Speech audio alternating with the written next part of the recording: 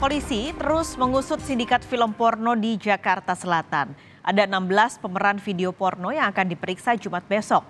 Penyelidikan kasus ini diharapkan tidak hanya soal pornografi, tapi juga pidana lain seperti pencucian uang. Polisi menangkap para tersangka kasus rumah produksi film porno di dua lokasi berbeda. Di lokasi pertama, ada dua tersangka yang diciduk polisi. Lokasi penangkapan berada di rumah studio di Jalan Jati Raya, Pasar Minggu, Jakarta Selatan. Setelah melakukan pengembangan, penangkapan tersangka pun dilanjutkan di Jalan Srengseng Sawah, Jagakarsa, Jakarta Selatan. Di lokasi kedua ini, ada 3 tersangka yang ditangkap. Di lokasi ini juga, polisi menggeledah dan menyita sejumlah barang bukti produksi film porno, yakni 1 set alat syuting, 5 harddisk, 5 handphone, 2 laptop, 2 PC komputer, dan 2 televisi. Polisi menyebut meminta Kominfo memblokir 3 situs porno dari rumah produksi ini. Tak hanya itu, polisi juga akan memblokir nomor rekening milik rumah produksi film porno serta memeriksa sejumlah pemeran. 16 talent yang akan kita lakukan proses pemeriksaan pada minggu ini, khususnya di hari Jumat. Tentunya nanti perkembangan ini kan masih secara simultan berkesinambungan dan kita tunggu hasilnya bersama Mbak di 11 ya untuk pemeran wanita dan kemudian juga tentunya mekanisme pemanggilan sudah dilayangkan kepada mereka semua. Penyidik tentunya akan bekerja dan mengambil keterangan sebagai statusnya saat ini adalah sebagai saksi. Kriminolog Adrianus Meliala meminta polisi tak hanya mengusut soal pornografi semata, tapi juga pidana lainnya.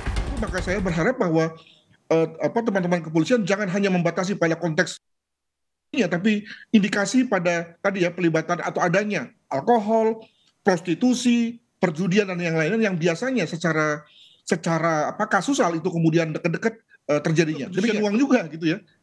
Kalau tadi kita bicara mengenai bahwa yang bersangkutan sudah ada uang berapa 500 juta, tentu sebagai satu hasil daripada bisnis haram itu mereka akan ngeri ya kalau masuk ke dalam atau dimasukkan ke dalam rekening koran ya.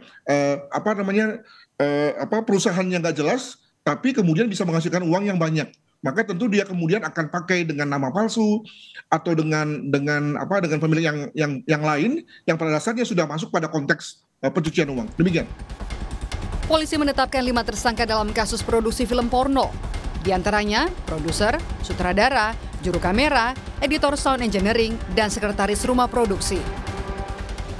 Modus operandi tersangka adalah mengelola 3 situs yang berisi muatan pornografi. Untuk bisa mengakses film, dikenakan tarif berbayar dan juga berlangganan. Rumah produksi ini memulai pembuatan film porno sejak tahun 2022. Sindikat ini memproduksi 120 film porno dengan durasi 1 jam lebih setiap filmnya. Polisi bilang mereka telah meraup keuntungan sekitar 500 juta rupiah.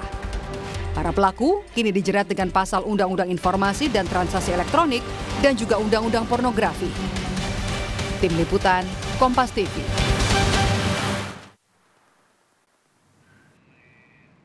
Jurnalis Kompas TV Jona Hamonangan sudah siap di Polda Metro Jaya dengan laporan terkininya. Jona, polisi bilang akan memeriksa 16 pemeran film porno pada Jumat besok. Apa yang akan digali oleh penyidik?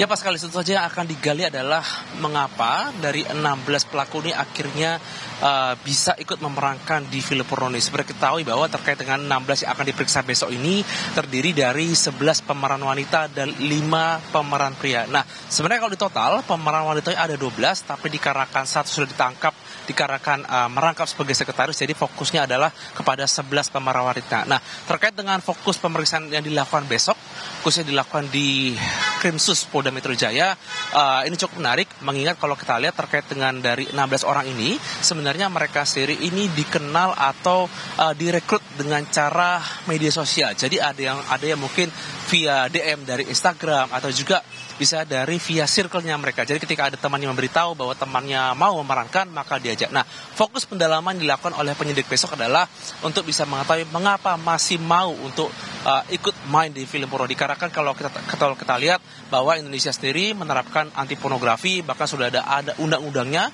baik mungkin undang-undang ITE ataupun undang pornografi. Jadi seharusnya para pemeran sudah mengetahui apakah nanti akan bisa dinaikkan statusnya menjadi tersangka atau tidak.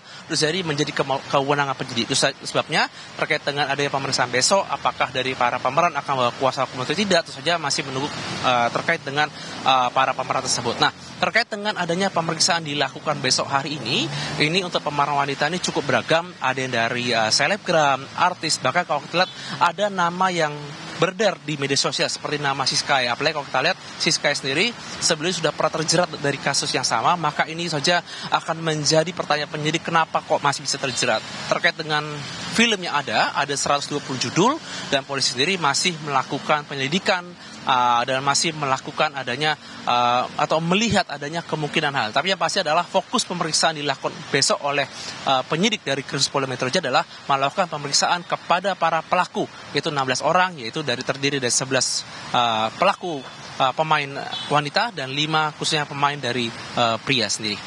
Paskalis. Jonah, sebenarnya kan industri film porno ini, kita tidak hanya bicara soal pornografinya saja, tapi ada yang menempel yaitu pidana-pidana lainnya. Salah satunya adalah pencucian uang. Apakah polisi juga akan menelisik pidana lain?